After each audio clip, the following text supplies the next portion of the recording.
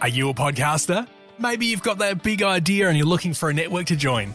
The multi-award-winning Ozcast Network can get your content to eyes and ears all over the world. Join now for the first month free, and you could be featuring this sound at the beginning of your podcast. Ozcast.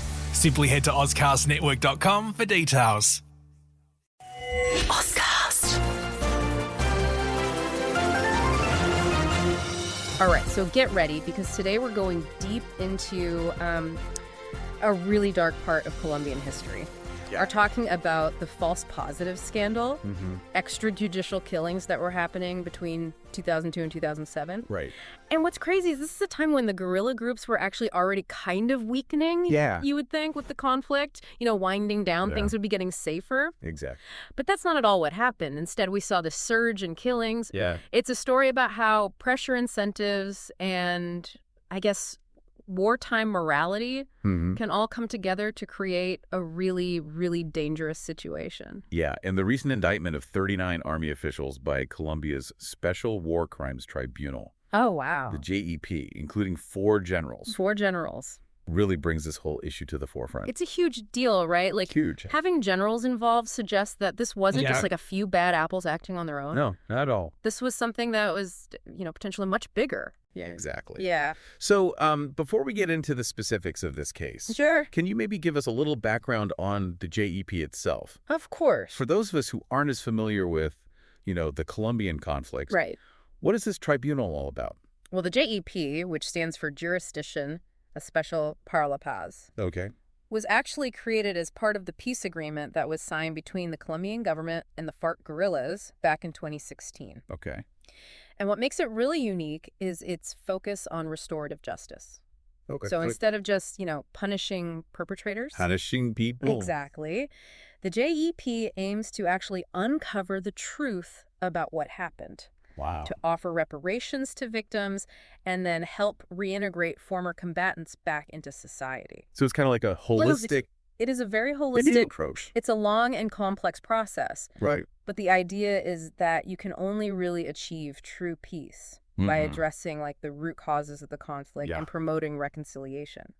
It makes sense. Yeah. Especially in a country that's been, you know, torn apart by decades of war. Yeah. So it's not just about, you know, throwing people in jail. Yeah. It's about trying to heal the wounds of the past Right. and prevent, you know, future violence from happening. Exactly. And the false positive scandal is a prime example of why this kind of approach is so important. Absolutely. Let's talk about what actually happened. Oh. The JP is calling this a body count policy. Mm-hmm. It sounds pretty straightforward, Yeah. but can you kind of explain how it actually worked? Yeah, essentially, the Colombian military was under immense pressure to show success in the fight against these guerrillas.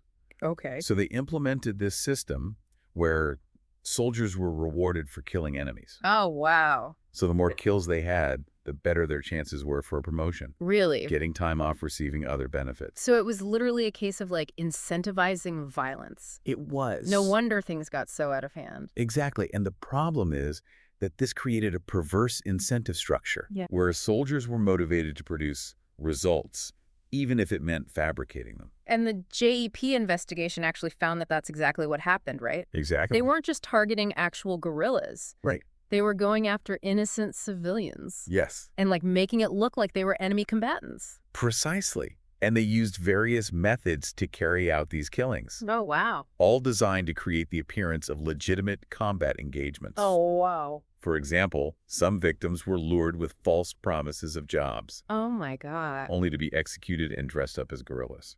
It's horrifying to think about people being like tricked and killed like that. Yeah. Were there other ways that they were carrying out these killings? Yeah, they also targeted vulnerable people, Oh, gosh. like homeless people or drug addicts. People who wouldn't be missed as much. Yeah, people who are less likely to be missed and who wouldn't raise a lot of suspicion. Right. They would plant weapons on them and claim they were killed in a firefight.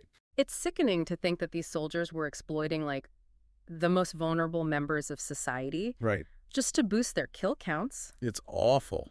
Did the JEP uncover how widespread this was? They identified over 6,402 victims of false positives killings Wow. between 2002 and 2008. That's a crazy number. It's a staggering number that really highlights the scale of this atrocity. Over 6,000 people. Yeah, it's hard to even wrap your head around that. Yeah, and it's important to remember that, each one of those victims was a person. Absolutely. With a family, with hopes and dreams. Right. The impact on their loved ones is immeasurable. Of course. And you mentioned earlier that the guerrillas were already kind of weakening during this period. It were. So these killings weren't happening in the heat of, some major battle. No. It makes you wonder why the military felt the need to resort to these, extreme measures. That's the key question, and it gets to the heart of the issue. Yeah.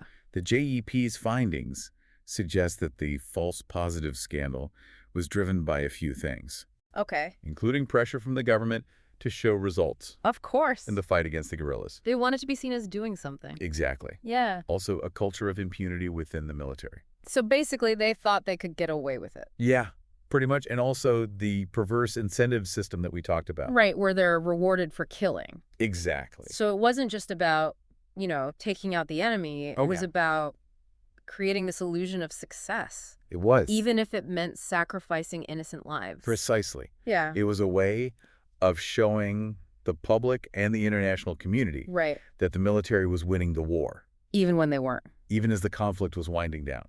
But this whole thing raises some really disturbing questions about the nature of power It does. and control during wartime. Yeah. If soldiers are willing to kill innocent people Right. just to advance their careers or please their superiors, Yeah. what does that say about the military's command structure? That's a crucial point. It suggests that there was a breakdown in accountability, Yeah. both within the military itself and in the government's oversight of the armed forces. So a failure at multiple levels. Yeah. And it really highlights the danger of creating a system where soldiers are incentivized to kill Right. without any proper oversight or ethical guidelines. Because once you create that kind of environment, it's hard to control the consequences. Exactly. But what about the government? Did they know about these killings?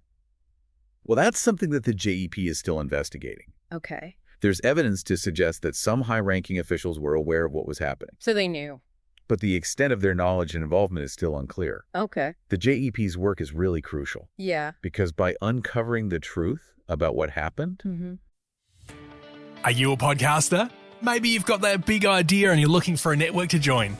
The multi-award-winning Ozcast Network can get your content to eyes and ears all over the world. Join now for the first month free, and you could be featuring this sound at the beginning of your podcast. Ozcast. Simply head to ozcastnetwork.com for details. they're helping to hold those responsible accountable Hopefully. and hopefully prevent these kinds of atrocities from happening again. Yeah, I guess that's the hope, right? Yeah. That by shining a light on these dark chapters, we can learn from the past and create a more just and peaceful future. Exactly. And it's important to remember that the pursuit of justice Yeah, is an ongoing process. for sure. The JEP's work is a step in the right direction, but it's only one part All right. of a much larger effort to address the legacy of violence and promote reconciliation in Colombia. But even with all of the evidence and testimonies, Yeah. some people still deny that these false positive killings ever even happened. It's true. How do you even begin to have a conversation about reconciliation when there's such a disagreement about the truth? That's one of the biggest challenges facing Colombia today. Yeah. Denial and historical revisionism are powerful forces that can prevent real healing and reconciliation. So how do you overcome that? Well, it requires a multifaceted approach. Okay. It involves education, truth-telling, memorialization, and accountability. So it's really about, creating spaces Yeah. where victims' voices can be heard, Yeah. acknowledged, and where perpetrators are held responsible Exactly. for their actions. Yes. And the JEP's work is a big part of that. Right. By bringing perpetrators and victims together Wow. in a restorative justice process. Okay. The JEP is creating opportunities for dialogue, understanding, and forgiveness. It seems like a long and difficult process. It is a long and difficult process, Yeah. but it's essential for rebuilding trust Yeah. and creating a shared sense of history. It sounds like Colombia is facing a monumental task It is. in trying to heal from these wounds of the past. It is a monumental task, but it's also an opportunity. Okay. By confronting its past and embracing restorative justice, Colombia has the potential to become a model for other countries grappling with similar challenges. That's a good point. Yeah. So what does this case say about achieving peace and justice after a long and brutal conflict? It shows us that peace isn't simply the absence of war, Okay. but a process of healing, reconciliation, and accountability. It's a process that requires truth-telling, Right. empathy, and a willingness to acknowledge the pain of the past. Yeah. And it's a process that takes time, patience, and a commitment from all sides. It's definitely a complex and challenging process, but it does sound like Colombia is taking some important steps in the right direction. Yeah. So, as we wrap up our deep dive into this really dark chapter, it's clear that the false positives scandal raises some really profound questions It does. about the nature of war, justice, accountability. For sure. What stood out to you as particularly significant about this case? I think what really struck me was just the sheer scale of the deception Yeah. and the betrayal of trust. Right. I mean, these were soldiers, people who were sworn to protect their country, Right. who were systematically killing innocent civilians and then covering it up. Yeah. It makes you really question the very foundations of authority and just the corrosive effects of war on morality. Yeah, it's like that saying, all is fair in love and war. Right. But this takes it to a whole new level. It does. And it wasn't just a few rogue individuals. Right. This was happening on a massive scale, Yes. involving high-ranking officers. Exactly. It makes you wonder about the psychological impact on the soldiers who actually carried out these killings. How do you even live with yourself after doing something like that? That's a question that psychologists and researchers are still trying to understand. Yeah. There's a growing body of work on the concept of moral injury. Moral injury. Yeah, which refers to the psychological harm that can result from either perpetrating, witnessing, or failing to prevent acts that violate your own moral code. It's kind of like you're betraying your own sense of right and wrong. Exactly. Yeah. And it's actually different from PTSD.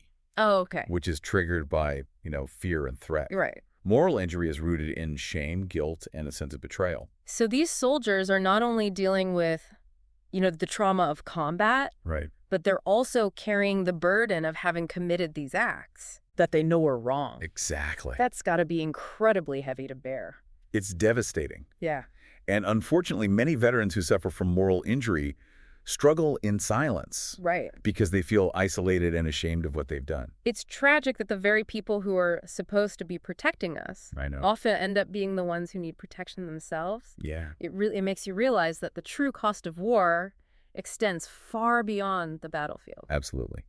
The wounds of war can run very deep, both for individuals and for society as a whole. For sure. And the false positive scandal in Colombia is just a stark reminder of that. It is. Well, this has been a truly eye-opening deep dive. Yeah.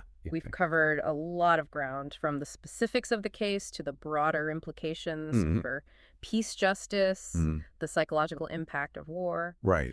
For our listeners who want to learn more, Yes. are there any resources that you would recommend? Definitely.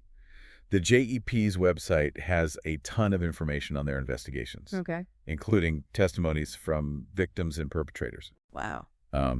There's also a few excellent books and documentaries out there on the Colombian conflict Okay. that provide really valuable context and insights. We'll be sure to include links to those in the show notes. Right. And as we leave you to ponder the complexities of this case, we really just encourage you to consider the ongoing struggle for peace and justice, Yes. not just in Colombia, but around the world. Everywhere. What lessons can we learn from this tragedy? Right. How can we hold those in power accountable for their actions? And how can we create a world where these kinds of atrocities never happen again?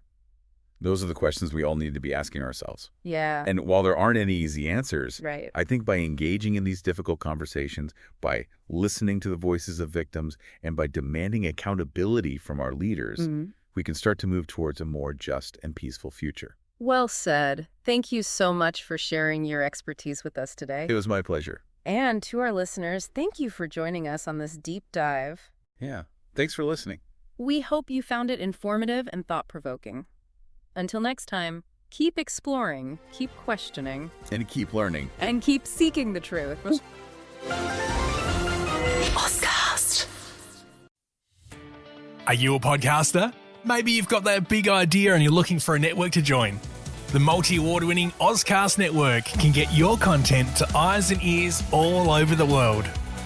Join now for the first month free, and you could be featuring this sound at the beginning of your podcast. Ozcast. Simply head to ozcastnetwork.com for details.